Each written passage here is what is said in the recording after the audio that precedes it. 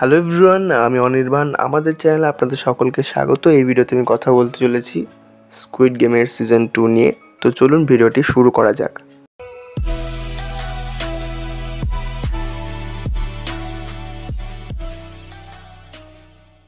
তো অনেক অপেক্ষার পর, প্রায় 3 বছর পর অবশ্যই স্কুইড গেমের সিজন 2 গত 26 তারিখে এসেছে এবং আমি এটা বসে দেখলাম। প্রায় আমার 4 দিন লাগলো কমপ্লিট করতে। ভীষণই স্লো একটা সিরিজ, যদিও 7টা এপিসোডের সিরিজ ছিল, তাও আমার অনেক বোরিং লেগেছে। তো যাক, সেটা নিয়ে পরে বলছি। তো আমি যদি এক লাইনে এই সিজনটা রিভিউ করি তো বলবো যে স্ক্যাম 2024 বলে যদি একটা লিস্ট তৈরি করা হয়, তো সেখানে তো কাঙ্গুয়া, দেওয়ারা, পুষ্পা 2, সবচেয়ে বড়ো কথা পুষ্পা 2 এগুলো তো থাকবেই। তার সাথে স্কুইড গেম সিজন 2ও জুড়ে গেল। ঠিক যেমন পুষ্পা 2 3 বছর অপেক্ষা করিয়ে একদম হেগেছে, ঠিক তেমনই স্কুইড গেম সিজন 2 এগিয়ে দিয়েছে। এবার এই সিজনের জন্য আমার বেশ কয়েকটা পজিটিভ দিক রয়েছে এবং অনেক বেশি নেগেটিভ দিক রয়েছে। তো পজিটিভ প্রথম যে বিষয়টা, সেটা হচ্ছে এখানে প্রত্যেকের অভিনয় আগের থেকে বেশি ডেভেলপড এবং প্রত্যেকেই খুব ভালো কাজ করেছে। বিশেষত আমাদের যে মূল চরিত্র গিহুন, তাকে যিনি প্লে করছেন তার অভিনয় খুব ভালো। এবং এখানে গত সিজনে যে ফ্রন্টম্যান ছিল, যার নাম ছিল হোয়াং হিনহো, তো তার ক্যারেক্টারের উপর একটা আলো ফেলা হয়েছে। তো এদের অভিনয় খুব ভালো এবং স্পেশালি আমার আরও দুজনের নাম মনে পড়ছে, নাম নয়, ঠিক আমি তাদেরকে ডেসক্রাইব করছি। একজন বয়স্ক মা রয়েছেন, তার অভিনয়টা ভালো লাগে। এবং পার্ক সাংহুন, যে আর কি সত্যিকারের একজন ট্রান্স ওম্যান, যাকে এই সিরিজে রাখা নিয়ে একটু বিতর্ক হয়েছিল সাউথ কোরিয়াতে, তো তার অভিনয় খুব ভালো।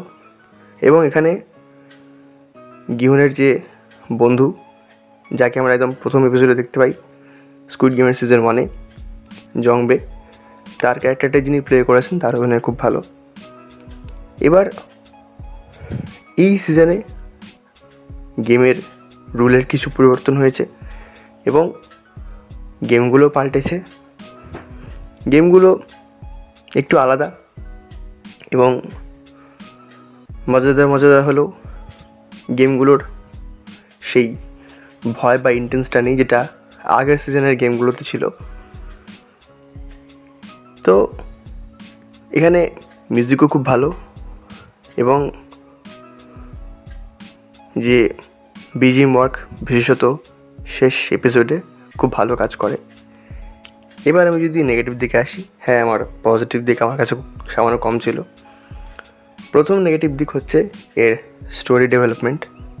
সত্যি বলতে সিজন 1 যেভাবে যে ইন্টেন্সে শেষ করা হয়েছিল, যে গিহুন মনে মনে একটা পণ নেয় যে সে যাবে আবার ওখানে এবং ওদেরকে ছাড়বে না, সেই ইন্টেন্স সিজন 2 এর প্রথম এপিসোডও ছিল হালকা, কিন্তু তারপর থেকেই সিরিজটা ঝুলে যায় এবং এতটাই ঝুলে যায় যে সিরিজটা আর উপরে ওঠেই না।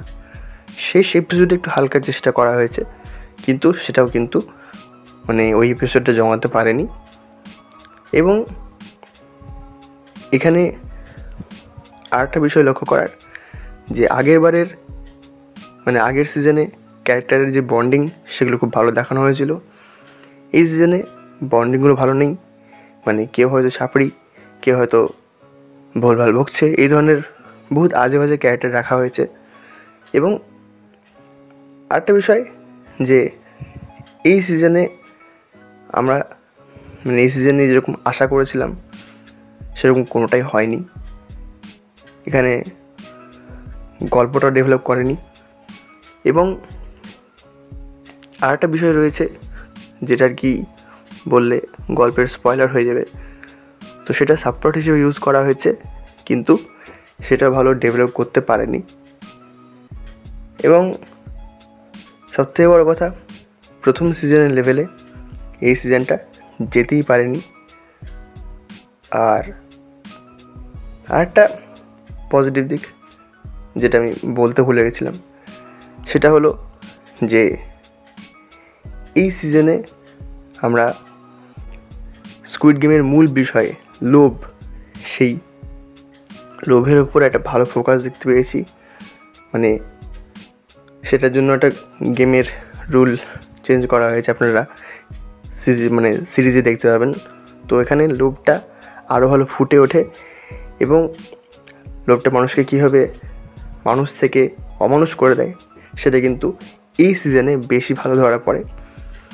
এছাড়া আর কোনো আমি কিছু বলতে পারছি না এই সিরিজটা নিয়ে, কারণ অনেকটা আসার পর আমি সত্যি আশাহত হয়েছি এবং পুরো ছড়িয়ে দিয়েছে। অনেক কিছু চেষ্টা করতে গেছে কিন্তু অনেক কিছু হয়নি এবং সিরিজটা ডেভেলপও হয়নি। এখন শোনা যাচ্ছে এর শেষ এবং তৃতীয় সিজন আগামী বছরই আসবে। তো দেখা যাক সেটা কেমন হয়। যদিও সেকেন্ড সিজনের এরকম অবস্থা দেখে আমার ওটা নিয়ে কোনো আশাই নেই, কিন্তু তাও দেখা যাক এরপরে কী হয়।